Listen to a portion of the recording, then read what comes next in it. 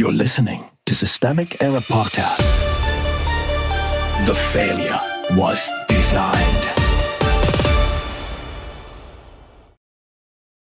Unfolding disaster in D.C. as water turns brown at Trump's completely renovated park, based on an article by David Edwards.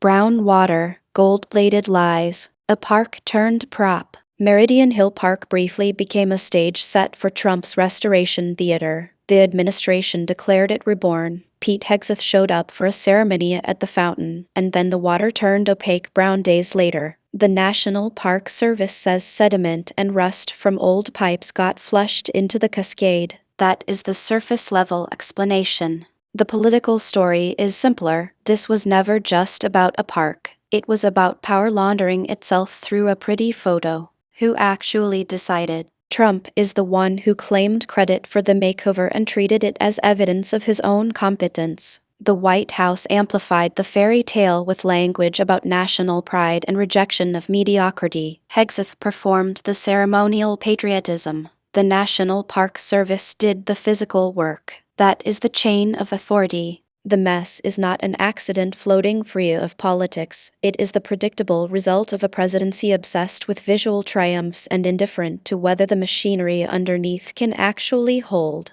Cosmetic government, predictable failure. The article's framing invites readers to see a technical malfunction. That is too polite. The real issue is a governing style that mistakes repainting, ribbon cutting, and spectacle for competence. The Lincoln Memorial reflecting pool already showed the pattern: a multimillion-dollar renovation, a presidential vanity order to paint the bottom American flag blue, then algae and peeling paint. The details differ. The governing logic does not. This is what happens when image outranks engineering and loyalty outranks accountability. The misdirection machine. The administration wants the public looking at the fountain, not at the decision-making structure behind it. It wants a story about sediment, not about institutional weakness and performative governance. It wants rebirth and national pride, not the banal fact that public assets are being used as props in a political pageant. That is how misdirection works, not by denying failure,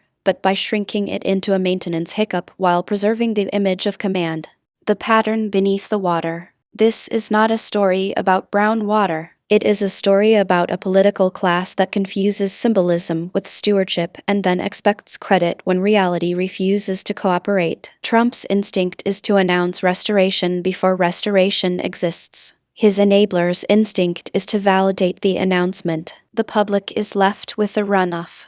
The broader pattern is a government of branding, not administration, where the performance of strength matters more than the actual condition of the thing being governed. You've been listening to Systemic Error. Thanks to Raw Story for today's article, with the automated voice of Amy. Thanks for listening.